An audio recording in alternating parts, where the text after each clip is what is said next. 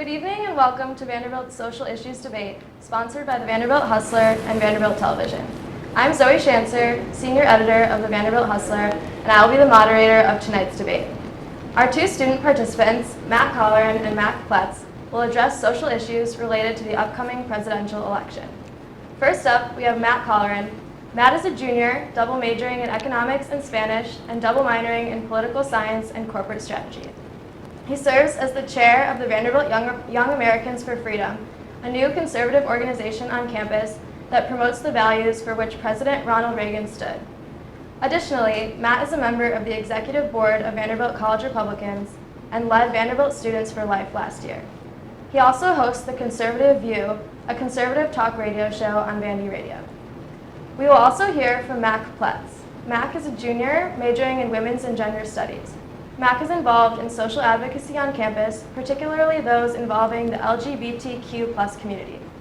He is the current president of the Vanderbilt Lambda Association, which is the university's undergraduate gender, sexuality, and intersex alliance. Mac is also the co-education chair of Vandy Sex Ed, a peer-based sexual education program housed through the Margaret Cunningham Women's Center. The format of the debate will be as follows. I will pose a question to both participants, and each student will have up to 2 minutes to answer. Each participant will then have 1 additional minute to respond to the other student's answer. The questions in this debate will address social issues including abortion, Planned Parenthood funding, LGBTQ+ issues, the Black Lives Matter movement, and affirmative action. I'd like to begin by asking both candidates about an issue that divides much of the country in this election, abortion. My first question is simply, should abortion be legal? Matt, you may begin. First of all, I would like to thank Zoe, the Vanderbilt Hustler, and VTV for putting on this event. I'm looking forward to this opportunity to discuss these key issues that are facing our country, both in this election and our culture as a whole. As to the question of whether or not abortion should be legal, this may be the fundamental question that determines whether one says that they're socially conservative and adheres to a traditional set of morality and a traditional set of ideas, or socially liberal and simply does not. And they believe that morality is relative and that that people can do whatever they want and there should be no consequences, that we shouldn't be focused on our kids and our grandkids and keeping the society that we have available to them. To answer the question of whether or not abortion should be legal, absolutely not. Abortion is fundamentally the killing of a human being. In this country, about 17% of all pregnancies end in abortion. A lot of people who are pro-choice, I think, do not realize the number of pregnancies that end in abortion. We're not talking 1 in every 100. We're not talking 1 in every 1,000. We are talking that 17% of all pregnancies end in abortion. And if you get into minority communities or into poorer communities, those numbers go way up. Here, maybe we don't see that as much. A lot of pro-choice activists for years have been talking about safe, legal, and rare. That's not what they mean anymore. The Democratic Party platform right now calls for repealing the Hyde Amendment, which would force taxpayers to directly fund abortions. I can't even imagine, even if I were pro-choice, being okay with that, but at the end of the day, I believe that an unborn baby is a human being, and because of that belief that I hold so strongly, I have no choice but to be pro-life, to save countless lives, 59 million since Roe v. Wade to be specific. And one other thing to quickly clarify, everything that I will say tonight, I'm only speaking for myself, not any organization which I am in or have taken part in the past. Okay.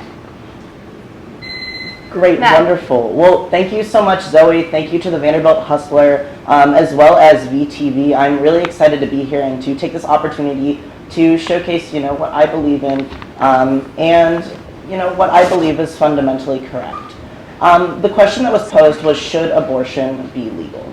And short answer, I really think it should be. I think that those who oppose frequently don't have a due date, to be quite honest. I think that those who oppose abortion, I think that those who consider themselves pro-life don't really understand the weight of the situation that surrounds the decision behind abortion. The common argument for making abortion illegal or criminalizing abortion centers around the idea that we're killing babies, and that's just not the case.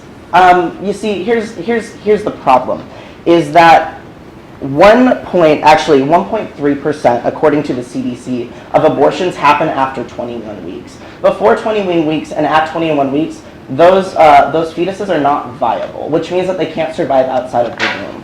So the easy solution to that is nobody's killing a child, right? And nobody's really killing anything either. It's more of a cease of things that could become something but aren't becoming anything at that point. So what we see when we're making this idea of should abortion be legal or not is, like, I actually do agree with Matt in that we are looking at a lot of minority and poor communities. And here's the problem, is that when we force pregnancies to term, we allow these pregnancies to occur, and we let these pregnancies come to term, but we don't actually take care of children after they're born. So if they are born in a low, SES, then they aren't actually taken care of after the fact, and we see a lot of poverty and we see a lot of discrimination after that. Okay, you can respond, Matt. So one thing that you noted at the beginning was the idea of, since some pro-life advocates are men, that they shouldn't get a say. That is a ridiculous idea. Just because something doesn't directly affect you doesn't mean you shouldn't get a say. And what about the fact that, as President Reagan, who might be our best president to have ever lived, noted, he said, quote, "I have noticed that all of the people who are for abortion have already been born." So they already survived the genocide that is abortion in this country. They already survived that. So yes, male babies and female babies are aborted, and that is a tragedy, whether it's a man or a woman. And Gallup polling that they do every year on abortion shows that there is no meaningful gender gap on abortion. And in fact, most years, women are actually slightly more likely than men to choose the option that abortion should never be legal. So I don't think it's fair to say that women, if everyone were women, that ideas on abortion would be different. And quickly, for the viability argument, a 3-year-old can't survive without the help of his or her mother and father, so that just doesn't hold water at the end of the day. Because if we say that someone's can't survive on their own, they should be killed, that's ridiculous. Right, well, there's a couple problems with that logic here, Matt. The first is that if you put a 3-year-old in a room, they wouldn't die instantly. That's the issue. If you take a fetus out of a womb at before 21 weeks, it's going to die. That is a key difference in personhood. It's a key difference in whether or not something is alive or not, right? The second argument that you make is, or actually the first argument that you make, but the second that I will address, is that is the idea of men shouldn't be able to have opinions on abortion. Here's the problem with that, is that, correct me if I'm wrong, you don't have a uterus. You don't have the ability to get pregnant. You don't have the I was still an unborn baby one time. That's great. You can't get pregnant. So here's the problem with that, is that when somebody can get pregnant, when somebody has that capability, unless you are that person, you cannot make that choice. Unless you are that person who is pregnant in that moment, that is, there's no other circumstance where you can make that correct choice in that correct moment. There is so much that goes into that decision that I don't think we're acknowledging here, that you simply cannot make that decision unless you are in that person's shoes. And I'm sorry to say it, if you can't get pregnant, if you don't have a due date, you can't make that decision for somebody else. Thank you, Matt and Mac. My second question has also been something that has divided the country a lot during this election cycle, and that is, should Planned Parenthood be federally funded? Mac, you can start. Great. Well, I think this is a great follow-up to what I just talked about pertaining to the legality of abortion. I think what's important to note here is that only 3% of what Planned Parenthood does is abortion services. Among other things that they provide, STI testing, cancer screening, contraception, pregnancy tests, prenatal services, abortions and adoption referrals as well. So, when Planned Parenthood isn't funded, when Planned Parenthood, an organization that needs funding to keep going, doesn't have these avenues to sustain itself, what you see is an abolition of these services, right? So you see people that aren't able to get tested for HIV. You see people that don't know that they have cancer, that can't get that cancer screening. You see people that might become pregnant because they can't access contraception, right? So the question of Planned Parenthood being funded by the federal government goes beyond the question of abortion. It goes to the health and well-being of men, women, and those who identify outside the binary nationally. Okay, Matt?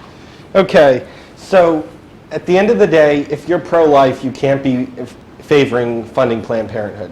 The vast, vast majority of Planned Parenthood's mission surrounds the abortion industry.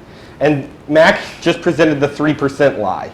That has been a lie that Planned Parenthood has been trying to promote over the last couple of years, that only 3% of their services are abortions. Well, unfortunately, that's simply not true. Because if you go into Planned Parenthood and get an ultrasound, talk to someone, get an abortion, and get 12 months of birth control, your main reason that you were there was an abortion. That's pretty clear.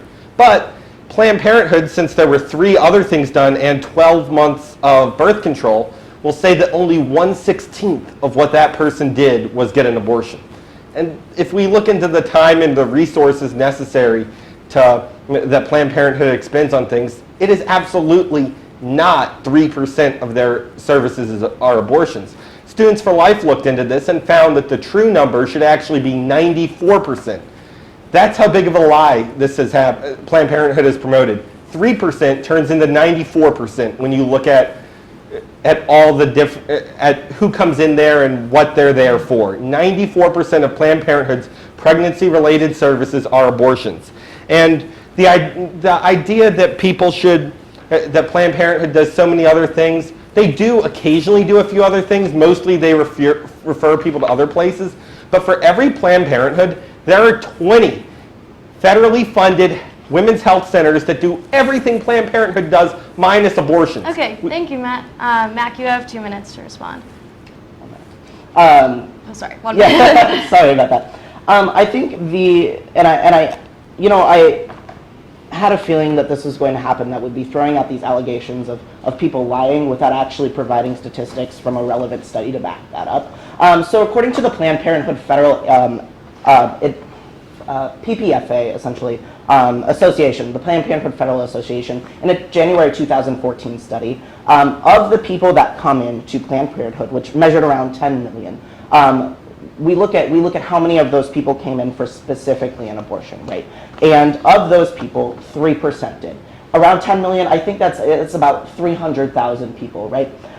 So when we throw out these statistics of that's a lie, and my organization that's politically biased looked into that kind of raises a red flag there, right? So what we see is this idea that we can just throw out these allegations of that being a lie, but you heard it from me actually, and you heard it from the Planned Parenthood Federal Association from that January 2014 study, is that 3% of what Planned Parenthood actually does is abortions. Now, see, here's the thing though. Even if Planned Parenthood was just an abortion machine, right, I would still argue that it should be federally funded. And I think that's the fundamental issue here, is that regardless of how much Planned Parenthood actually does, even though it actually has a nationwide scope, that abortion piece is still so important. Because again, it's really not your decision to choose for somebody else. You've been speaking for 90 seconds, so I think it's time for me to get a chance to respond. So the idea that I'm choosing for someone else is such a fallacy. No one is choosing anything. We're all supporting a baby's right to life. What he is fundamentally refusing to admit is that there is another human involved in this equation. It's not a woman getting something out of her body. It's a human being that happens to live inside the mother's body. And that's what we have to remember here. We're talking about life. We're not talking about a choice. We are talking about a human being. And if it's legal to get an abortion, and that hypothetically you say that means it's not a kid, but then why do you get charged with 2 murders if you kill a pregnant woman? Because it's so clear that it is a human being. And one other thing to quickly follow up about Planned Parenthood funding, to say if we don't fund Planned Parenthood and Planned Parenthood were to go away that women can't get health care is like saying that if Taco Bell were to go away you wouldn't be able to get Mexican food. We need to protect the Hyde Amendment to make sure that no federal funding goes to support abortions, but also strengthen it to make sure that we don't have any money going to an abortion agency like Planned Parenthood. Thank you, Matt and Mac. Our third question is going to shift topics a little bit. I want to address issues of the LGBTQ plus community. So my third question for you both is, should transgender people be able to use the bathroom of their choice? And Matt, you'll begin. In the interest of public safety, we need to only allow biological males into the men's room and biological females into the women's room. If we don't, we go down a very, very slippery slope. I understand why some people say, what's the harm if someone who identifies as a man wants to go into the men's room or someone who identifies as a woman wants to go into the women's room. But there's no way to really control this. If you go down the path that Target has gone down of saying anyone can use the bathroom of whichever gender they identify as, there's nothing stopping anyone from using either bathroom. Because if someone who's clearly a big hairy dude walks into the women's room and women are getting probably a little bit uncomfortable there because that would naturally be uncomfortable to have someone there that you're not exactly sure why, and then they call the person out on it, they're going to be like, I identify as what I identify as, and you're being bigoted and prejudiced if you don't allow me to use what I want. And this will result in people just going on the whims of their emotion and a societal failure to protect women, to protect children. One thing that strikes me as odd about the whole transgender movement is the radical feminists say that gender is a social construct and that men and women are really no different. But then the transgender advocates say, oh, it's possible to be born as the wrong gender and really be the other gender than you actually physically are. You can't have it both ways. Either gender is a social construct and there's no difference between men and women, in which case it's impossible to be transgender, or you can say that gender isn't a social construct and it's possible to be born as the wrong gender, but then you're admitting that men and women are inherently different and poking holes in the whole idea of feminism. So you have to choose. Are you a feminist or are you a transgender advocate? Because it's impossible to be both. Thank you. Mac, you have 2 minutes. Great. There was a lot that was said there. Okay, so I'm going to pose this question to you, Matt. I'm a transgender man. I have a beard. I have a deep voice. I have muscles, and I use the men's restroom. Under what you just said, I would have to go into a women's restroom. That doesn't make much sense, does it? It also doesn't make sense for the literally 0 people who identify as transgender that have actually assaulted somebody ever. That has literally never happened. A few things you said was that identity is based on the whims of emotion. Identity is an internal determination of who you are and is not emotionally based whatsoever. And as a trans person, it's actually kind of jarring that you believe that. The second argument that you make is that gender is a social construct, which I actually do agree that gender and gender expression and gender roles are a social construct. And again, let me restate that. Gender expression and gender roles are a social construct, but gender itself, I believe, is very, very real. So here's the problem with that argument, is that we say that gender is something that isn't real, and then you're saying that transgender people are saying that it is real, so there's like some discrepancy there. But here's the problem, is that feminists very, very much agree that there is a difference in gender. Those differences should be mitigated so that everybody has the same opportunities, right? I think there's a fundamental misunderstanding of what a feminist is in that argument. So here's then my response to the bathroom bill. So absolutely, trans people should be able to use the bathroom of the gender that they identify with. Like I talked about before, there has literally never been a case where somebody who is transgender has assaulted somebody. I'd also like to point out that according to criminal justice statistic, the Justice Department of the United States, 8 out of 10 cases of sexual assault actually happened with somebody that you know. That brings it down to 2 out of 10 cases of sexual assault that happened by somebody you don't know. And then you compound that with, again, literally, that has never, ever, ever happened.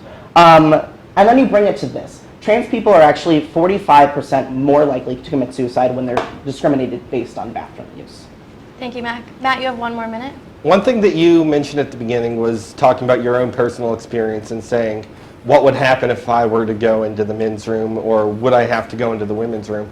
What's going to practically happen is if someone clearly looks like they're one gender or the other, no one's actually going to question them when they walk into the bathroom. It's not like any conservatives are arguing for a monitor to check everyone's genitalia to make sure that they're really a man or a woman like that. It's to prevent someone who's clearly not a man or clearly not a woman from entering the men's room or the women's room. That's where I think we're misunderstanding each other. Bills like HB2 in North Carolina, a lot of my family's from North Carolina, so it's important to think about. Just are there to protect us from that, not to make it so that no one can use the bathroom that they want to. In practical terms, no one's going to be checking who's in what bathroom unless it's clear that something wrong is going on. Well, I'm really happy that you changed your point of view on this one, because at the beginning you said biological males and biological females, and now you're changing your point of view to who looks like what. So that's a really interesting argument at that point. But even still, when you look at transgender people, and as somebody who is really immersed in the transgender community, what you see is if people are afraid of other people, they'll use the bathroom of what society views them as, right? There are so few cases where somebody who's big and muscular and really hairy goes into the women's restroom and claims to, identify as a woman. But even if it does, what you're doing is putting societal normalcy over somebody's identity, and I think that's inherently wrong. I think it's wrong to deny somebody's identity based on the fact that you're like, ew, gross. Like, that just seems preposterous to me, that you would prefer that somebody, not have like a little jump and like question for a second, than have somebody, have somebody not experience that extremely heightened rate of suicide attempts, right? Like I said before, and I mentioned this briefly, transgender people who are discriminated for bathroom use actually experience 45% of an attempted suicide rate. Thank you both. Our next question addresses another issue of the LGBTQ plus community, and that is, was the U.S. Supreme Court decision legalizing same-sex marriage a good decision? Mac, you can begin. Great. So I have a little bit to say about this. The first is that, of course, it's, I think it was a good decision. I think the wording is a little odd in that same-sex implies that, both people have to be determined as one sex on their ID or their birth certificate, which can get a little fishy. So we like to say equal marriage. Anybody can marry who they want to marry, right? So I just want to address that language a little bit. It is worded as same-sex in the bill, or the Supreme Court decision, excuse me. But of course that's something that we want to see. Of course that's a stride towards, equality for people that might not identify with, the societally normal heterosexuality that we see on a day-to-day basis, right? And what that lends to is more people are able to claim each other on their taxes. More people are able to, pursue adoption if they want to pursue adoption, really.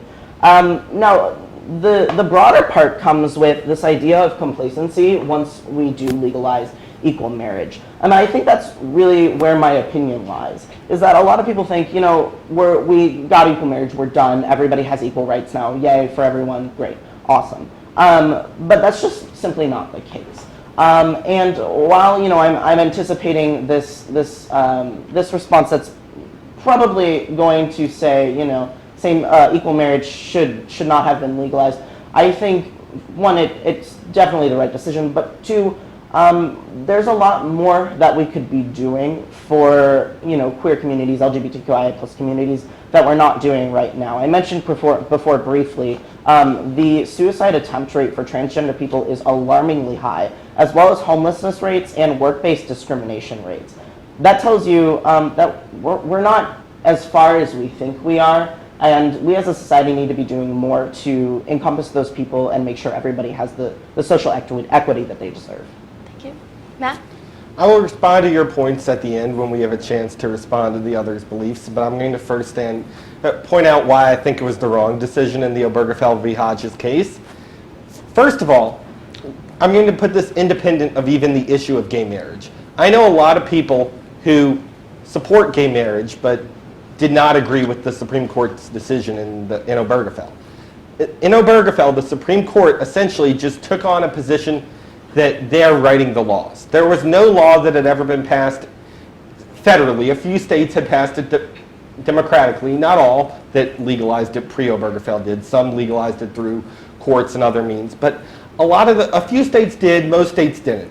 But there was no federal law that mandated allowing gay marriage. What the Supreme Court did in Obergefell was they decided that in their view, gay marriage was right, so they were going to make the law themselves because they didn't think Congress was going to do it, which they probably weren't right now.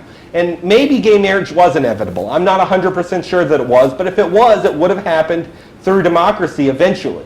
But what the Supreme Court did was fundamentally reject our Constitution. They rejected the 10th Amendment, which states that everything that's not explicitly mentioned in the Constitution is left up to the states. And they violated the principle of the separation of powers. They acted as the legislative branch when the Supreme Court is really just the judicial branch. But talking about gay marriage more broadly, I believe that marriage is between a man and a woman. And the reason that I believe that marriage is between a man and a woman is that a study done by Mark Regnerus showed that kids have far, far better outcomes if they're raised by one man and one woman. They're far less likely to be depressed, far less likely to attempt suicide. They're far more likely to only have one sexual partner, which is what we should be aiming for as a society, because traditional families work best for kids. One other thing is that, do we really want the idea where not every kid has a right to a mother and a father? As Ryan Anderson, an expert on marriage at the Heritage Foundation, noted, there is no such thing as parenting, only mothering and fathering, and that's why I oppose gay marriage.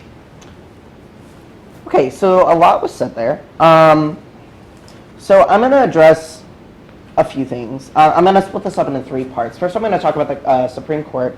Then this study that straight couples, a man and a woman, raise less depressed children who have one sexual partner, and then the idea that that every kid has a right to a mother and a father.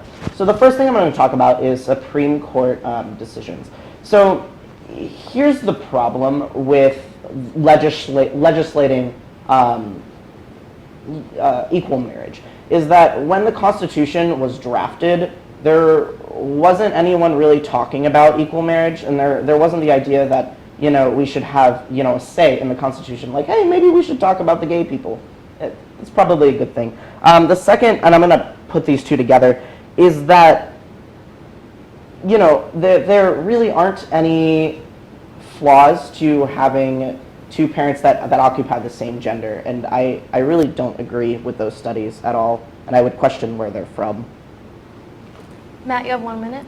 Okay, there you go again, with the idea that the Constitution is a living, breathing document. There is a process to change the Constitution, and that is called a constitutional amendment. Our forefathers realized that there was the potential that ideas would change and that we would realize that something else was best, and that's why we have the ability to amend the Constitution. But short of that, the Constitution was designed to have checks and balances against the will of the people. If they wanted the will of the people just to go for everything, we would have direct democracy where the citizens vote on every issue. But that's not what they wanted. They wanted to make sure that the Constitution was difficult to change, and that the ideas that were tried and true would remain until there was sufficient reason to force that change. That's why the Constitution is as it is.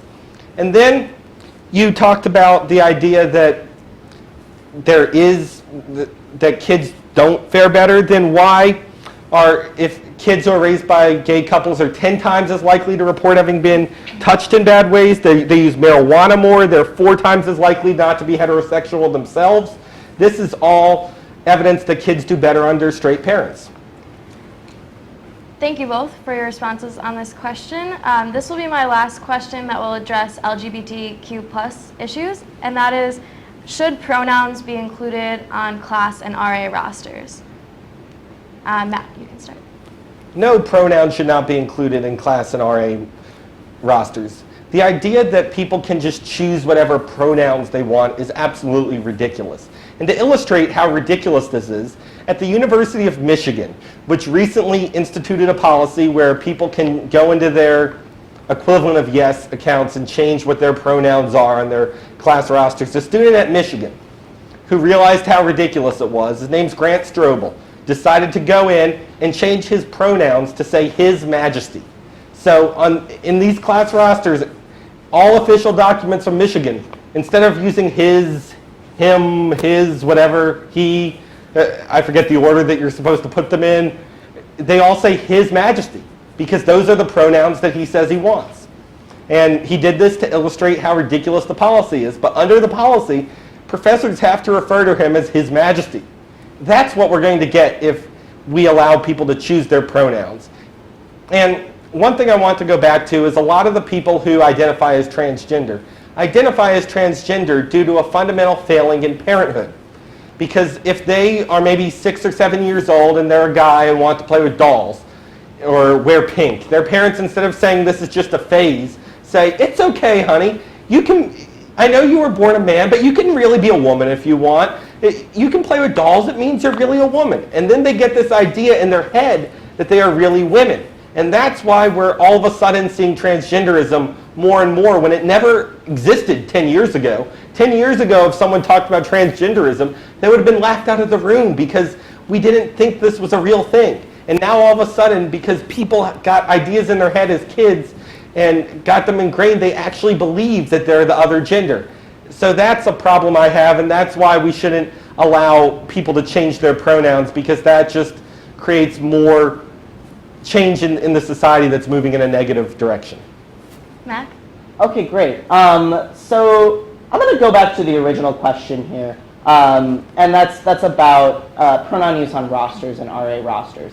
That's actually a pretty funny example, but that's not the reason that the policy was put into place, right? That's for people who might use pronouns that society wouldn't give them normally, right?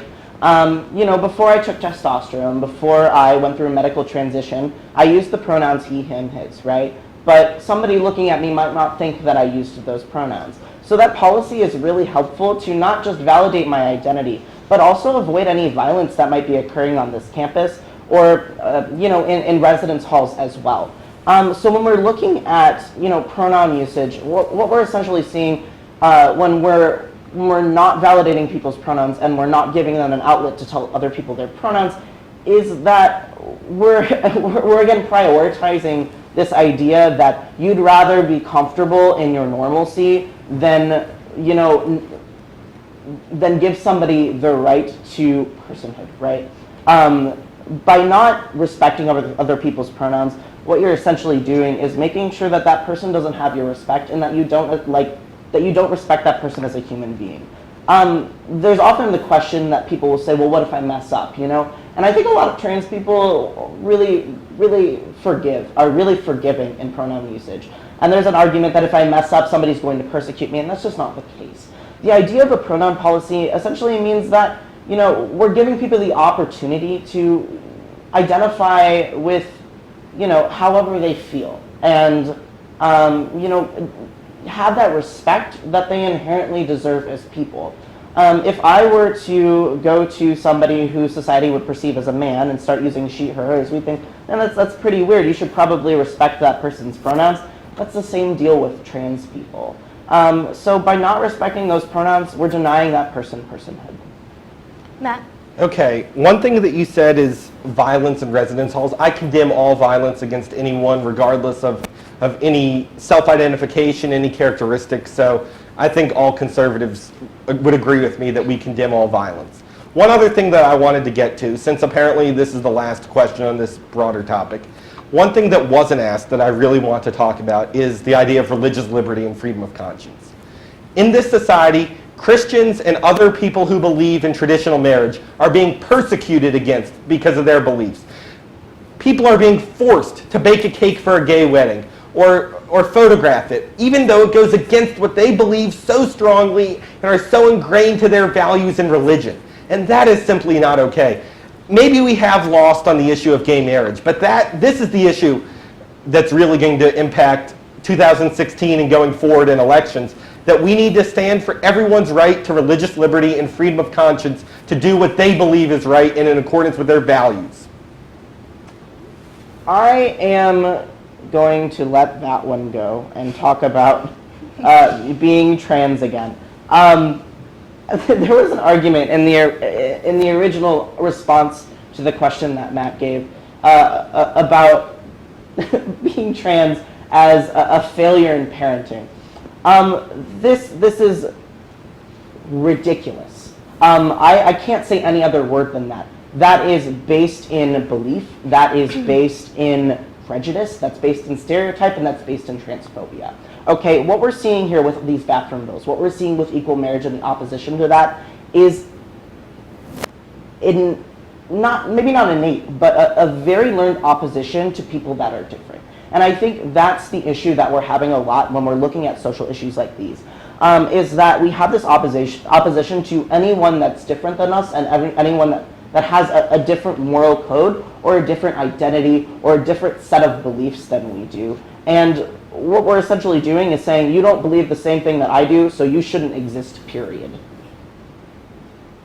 Thank you both for your answers on that question. I'd like to switch gears and talk about the Black Lives Matter movement.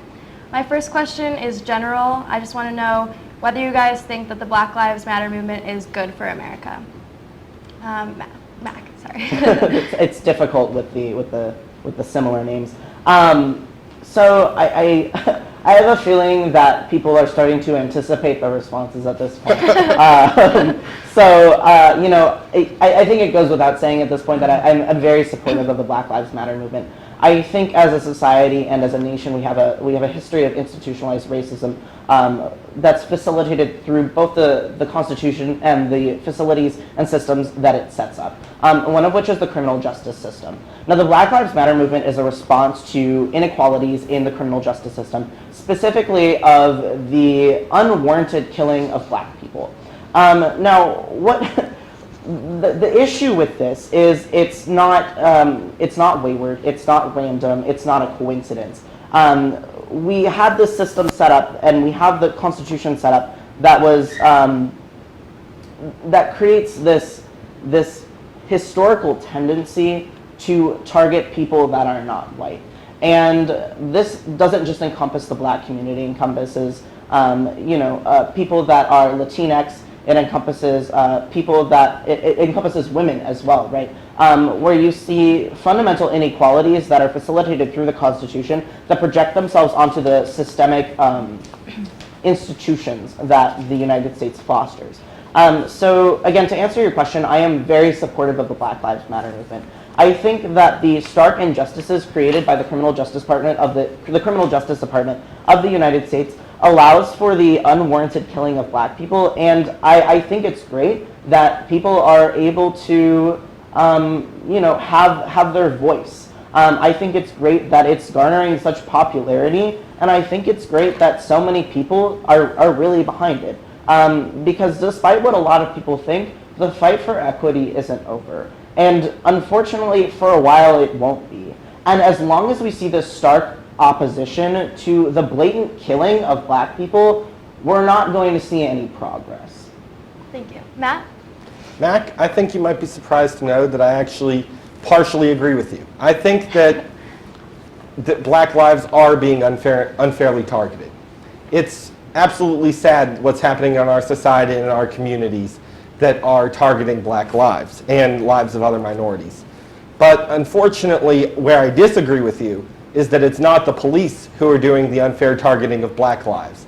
That falls to Planned Parenthood, which is unfairly targeting black lives. Close to half of all African American pregnancies end in abortion in this country. There is a whole generation of black Americans that is missing because of the deception and lies of Planned Parenthood. The vast majority of Planned Parenthood's clinics are located in or near majority minority neighborhoods.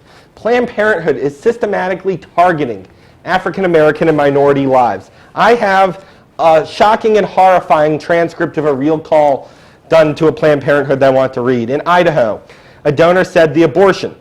I can give money specifically for a black baby. That would be the purpose. Someone from Planned Parenthood.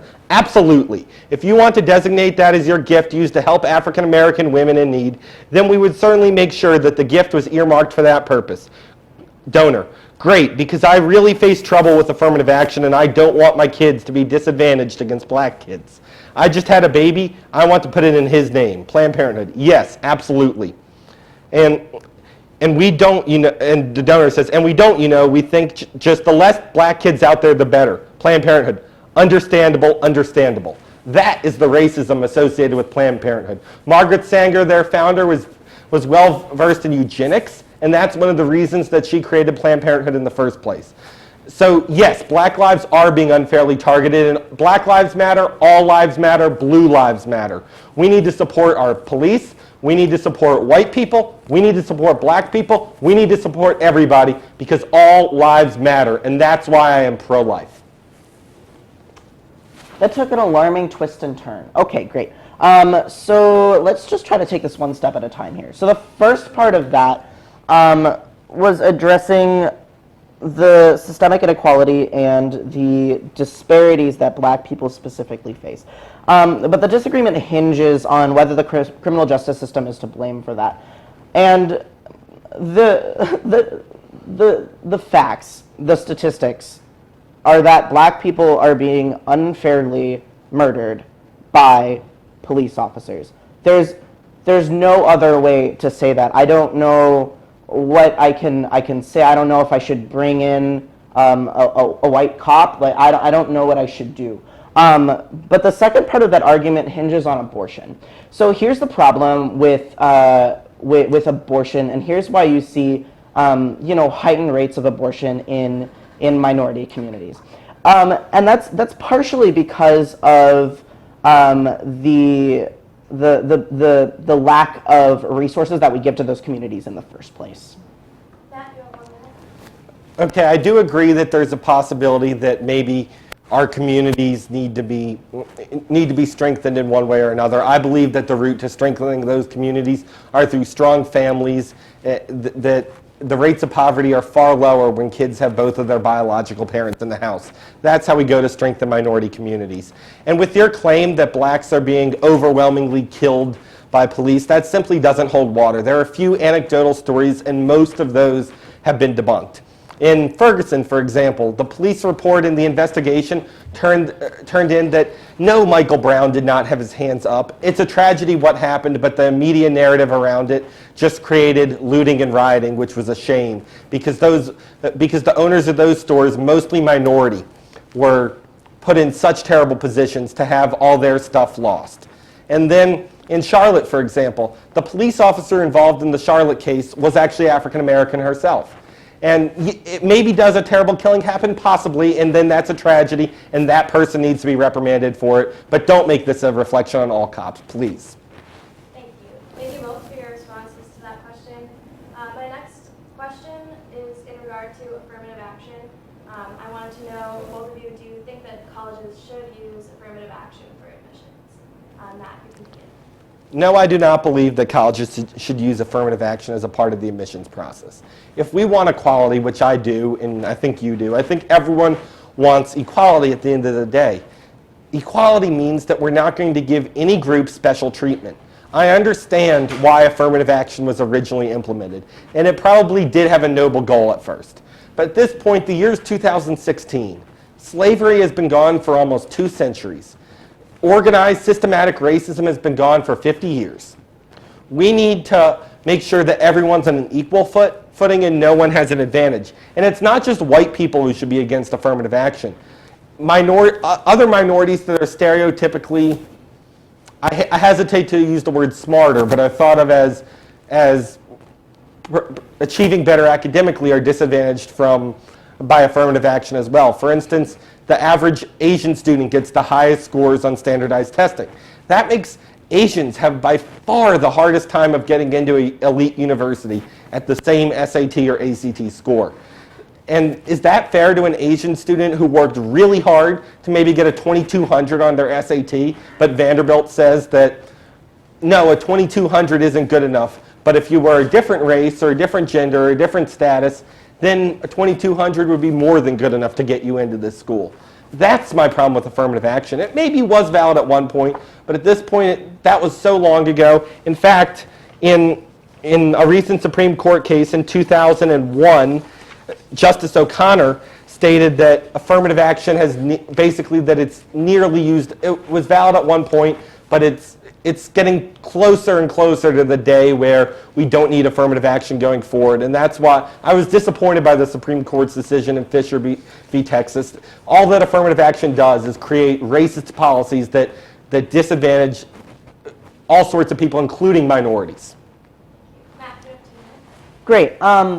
So again, it's probably pretty obvious at this point. I do support affirmative action. And I'm just going to elaborate a little bit on that. And I think I'm going to make 2 points on that. The first is the idea that that different races are performing at different standards, and that we're just picking people based on race, and that there's I guess the second argument then is that there's no history of systemic, or there is no systemic inequality that's present in the United States today. So the first one, I want to bring up a report as recent as 2014 from researchers at Georgetown University. More than 30, and this is the wording of the study. So I apologize. I know that it's not the most, I guess the most accepting. Maybe not accepting, but the most up-to-date language that we could be using. More than 30% of African Americans and Hispanics with a high school grade point average higher than 3.5 go to community colleges, compared with 22% of whites with the same GPA. So that essentially points out that there are racial disparities that are not necessarily linked to merit or personal achievement, but instead in discrimination based on institutional bases. So when we're looking at this idea of merit versus race, we're ignoring the fact that racial disparities exist in all forms of society, right? So we're looking at school systems, we're looking at economic statuses, we're looking at neighborhoods, we're looking at institutions that are admitting to college. And all of these, have a basis in a prominently racist America, right? So the second argument then has to do with I am completely losing my point, and I'm running out of time. So I'm just going to leave it at that and make that argument that, merit isn't necessarily like the one thing or race isn't being overly targeted in affirmative action. One thing that you said during your answer that absolutely shocked me was when you said the predominantly racist America. If America were predominantly racist, we would be seeing openly racist candidates getting elected left and right. Instead, in the Louisiana Senate race, Louisiana, southern state that had a history of racism in the past, David Duke's running for the Senate. He can't poll above 5%. Yes, there are 5% of people who I guess are despicable and are voting for an open racist. Maybe they are as well, and we should condemn racism wherever we see it. Pence, really? Sorry. Let me get back onto my answer. We need to strengthen communities, and then these disparities in income and other sorts of ability to go to college will fade over time. We need to strengthen communities. We need to encourage family values. We need to encourage fathers to stay with the kids that they conceive, that they're the biological parents of. Strengthening families, strengthening communities. That's how we're going to improve outcomes for minorities, not handouts from the government. Matt, you have 1 minute. Oh, do I?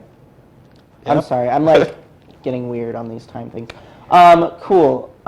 So here's the problem with that statement is that there are openly racist candidates. There are openly racist politicians. Who's doing terribly in his primary. That's great. But there's an overwhelming number of Americans that support Trump, for example, right? Who has been openly racist on Twitter and other platforms. Oh boy. Yeah, okay. See, there's our fundamental disagreement, right? Is saying that Mexicans are rapists isn't racist. That's not what he said. It literally is. So that's part of the issue here. The other issue that we keep going back to is this idea that if abortions are happening overwhelmingly in black communities, for example, there's no cause of that, right? And the cause of that is low socioeconomic statuses, right? So the cause of that has to do with racist bases. It has to do with institutions that are being put in place that aren't going to be, the most as good as other systems. Thank you both. For our last question, I'd like to shift to a more general topic about the presidential election and social issues. I wanted to know if you guys feel that your views on social issues are being represented in this election cycle. Matt. Okay. Thanks. I just want like everybody to know I'm having a really hard time keeping up with like who's supposed to be answering when. So it's late. It's a Sunday. So I appreciate that. Thank you for keep bearing with me.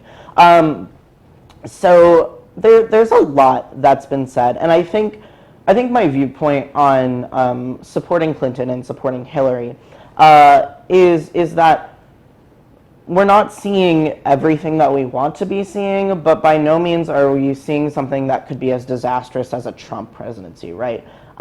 So while I definitely think that there can be improvement and more stark positions taken on things like things like gun laws and gun rights, because we're not seeing like such stark positions on that, I think that there's a little bit of ways to go, and I really think that the pressure is being put on local politicians and then this aspect. So when we're looking at this presidency and when we're looking at this election, I guess my feeling on it is that we could be doing a lot better, but we're not doing terribly, right? There are a lot of things that Hillary has done wrong in social aspects, right? But again, I emphasize this point is that it's not nearly as bad as the things Trump has said. It's not nearly as bad as the things Trump has done. It's not nearly as bad as the things Trump would do, and hopefully won't do, because I am confident that he will not be a part of this country politically, which is wonderful, and I'm happy that a lot of people support Hillary Clinton. But just to bring it back to that point, I think the social representation of issues could be better, but it's not terrible. Especially on issues again like gun rights and Black Lives Matter, to say that as well. Yeah. First of all, I just want to thank everyone again for organizing this debate. It was really an honor to be able to talk about what I believe in so strongly, and I'm sure for you you were happy to get this opportunity as well. So 2016 has been a distressing and unsettling year for a social conservative. I went into this election really, really excited that this year was finally the year that we were going to nominate a strong conservative and get our ideas out there and present them in ways that it'll appeal to as many people as possible. We'll get a conservative president, a conservative Congress, and be able to make the judiciary conservative for years to come.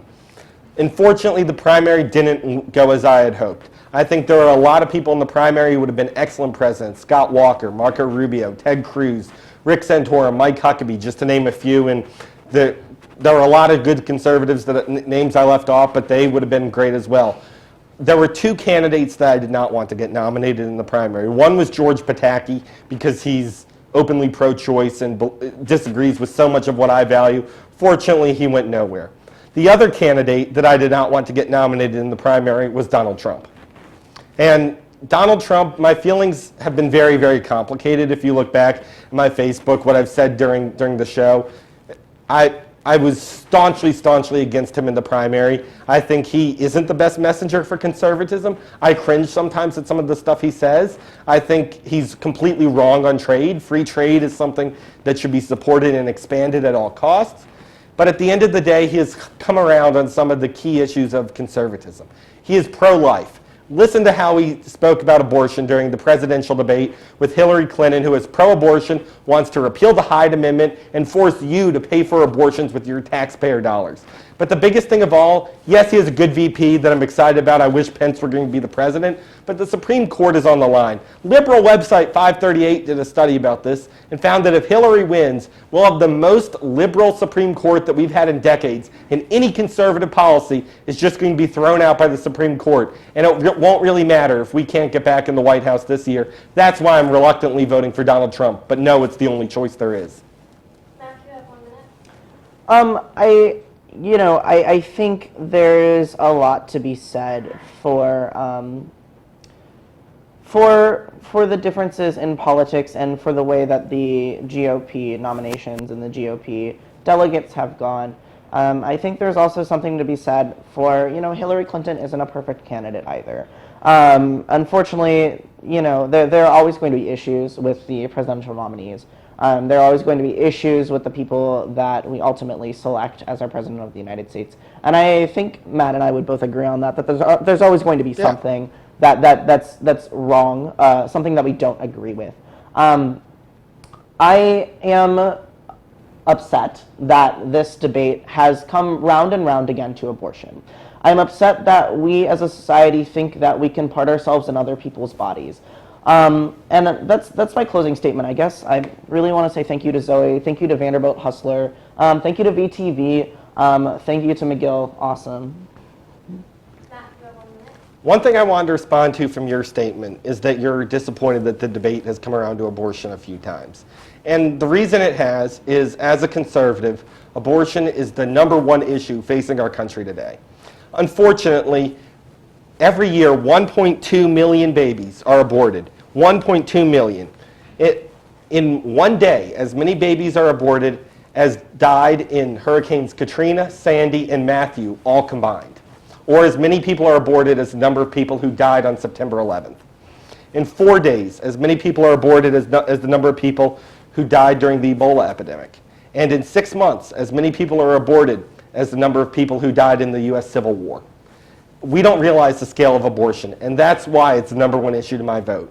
And Donald Trump has said time and time again that he will appoint pro-life justices to the Supreme Court, proved it with selecting a completely 100% pro-life running mate, and articulated it so well at the debate on Tuesday night after getting there through a winding road. But that's why abortion matters so much to me, and that's why the only choice is voting Trump. Thank you so much for organizing this debate.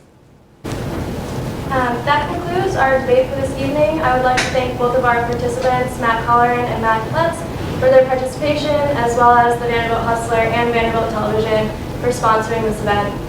I wish you all a good night, and remember to go out and vote. Thank you.